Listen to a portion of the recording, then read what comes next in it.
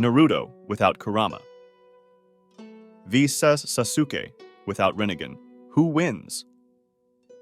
Both Naruto and Sasuke have lost their greatest powers. Naruto lost the greatest chakra generator there is, Kurama, while Sasuke lost the eye that did it all, the Rinnegan.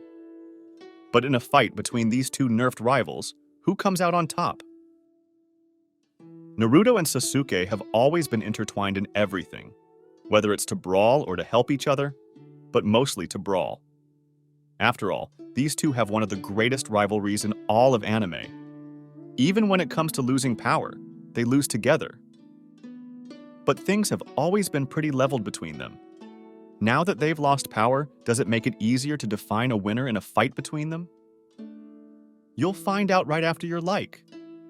And go ahead and comment who you think would win in a fight. Now it's all-out brawl. Naruto or Sasuke? Let's see if our analysis matches. Well, it's been a while since they lost their powers.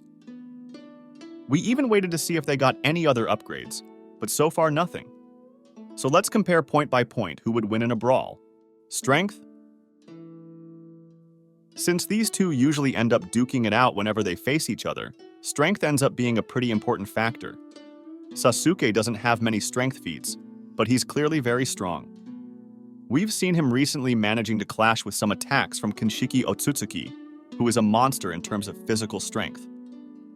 Now that he's missing one arm, Sasuke has revamped his fighting style and now relies much more on flying kicks in the middle of the fight.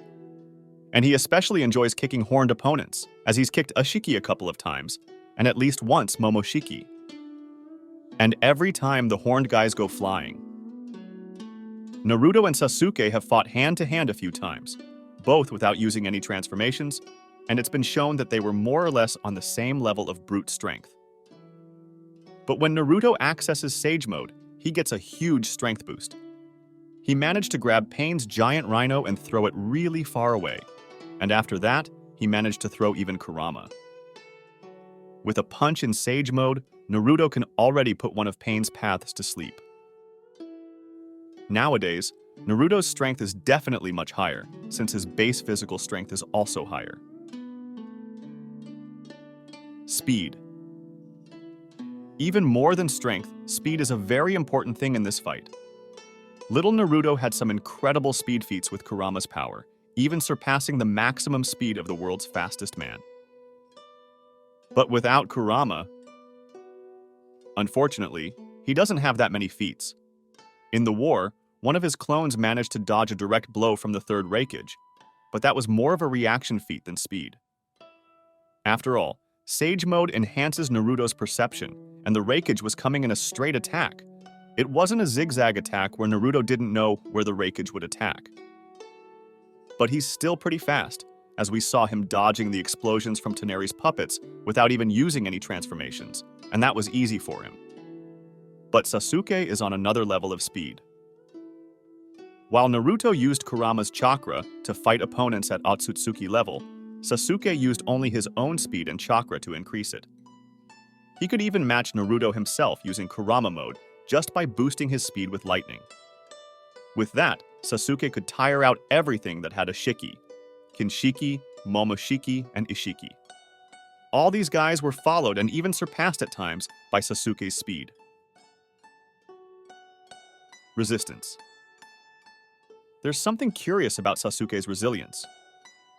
We saw mainly in the fight against Ishiki, Sasuke taking a beating. He was spinning like a Beyblade, taking kicks, stomps, and was pierced by stakes all the time. But he always got up, man. We were used to seeing Naruto taking all this, and then getting up. But let's stop to remember that Naruto had Kurama that gave him more vigor, and still regenerated Naruto. So Naruto could be pierced just fine. He would heal. But Sasuke doesn't. He has a theoretically normal body, and being pierced for him is not a good idea. He could withstand part of what Naruto could withstand with Kurama, without having Kurama and without having Orochimaru's regeneration.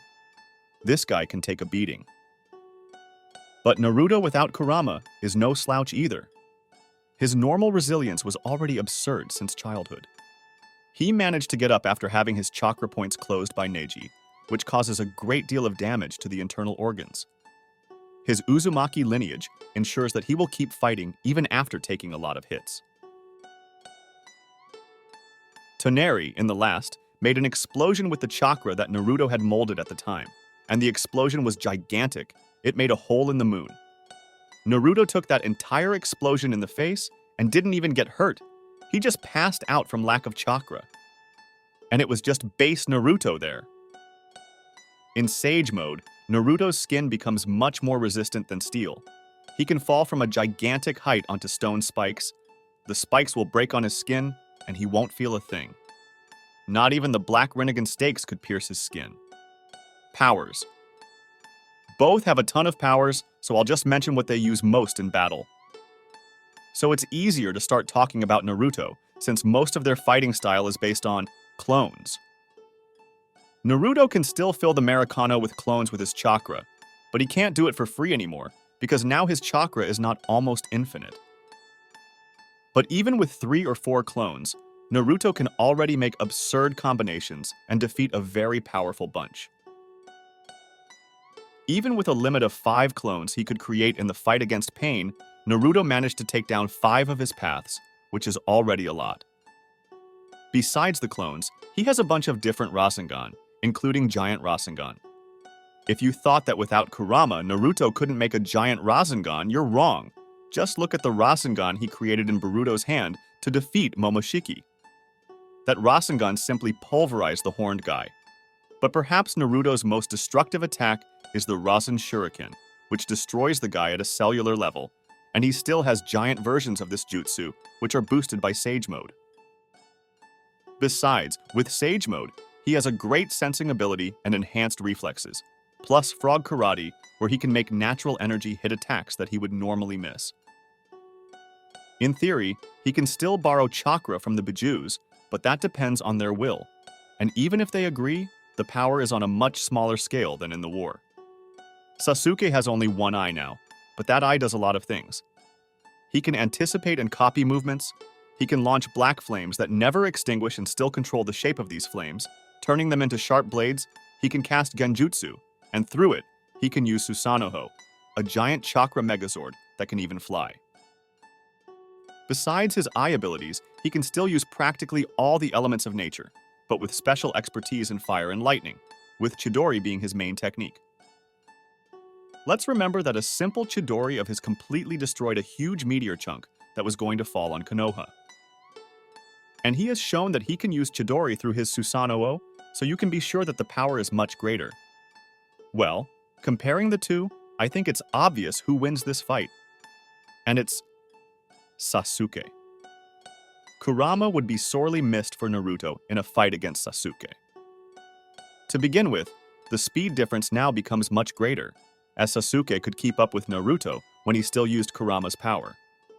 Sasuke is much faster and has always had a more refined taijutsu than Naruto, so hitting Sasuke with some Rasengan or derivative would be very difficult.